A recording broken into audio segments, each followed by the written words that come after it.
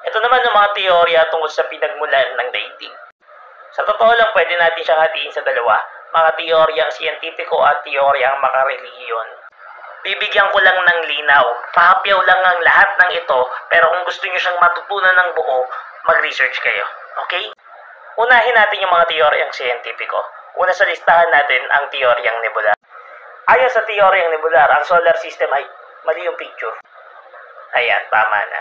Ayon sa teoryang nebular, ang solar system kasama na ang planetang Earth ay nabuo mula sa nagsama-samang gas at alikabok na naging isang nebula.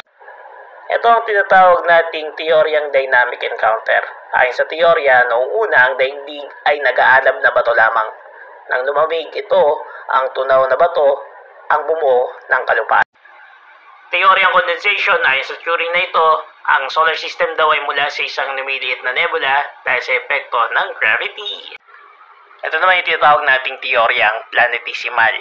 Ayon sa teorya na ito, ang solar system daw po nabuo mula sa material na tumalsik mula sa pagdaan ng bituin malapit sa araw. Pinakahuli sa ating listahan ng teoryang collision. Ayon sa teoryang ito, ang nangyayari ay... Mali na naman yung picture. Ang teoryang collision ay may pagkakatulad sa ibang mga teorya.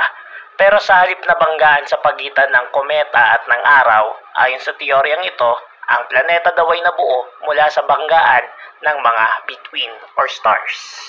At syempre, pinakahuli sa listahan, ang teoryang makarelihiyon. Maraming iba't ibang mga kwento, pero ang pinakasikat ay ang mula sa libro ng Genesis sa Biblia. Sana marami kang natutunan. Ulitin ko, ito ay pahapyaw lang. Mag-research pa para mas matuto.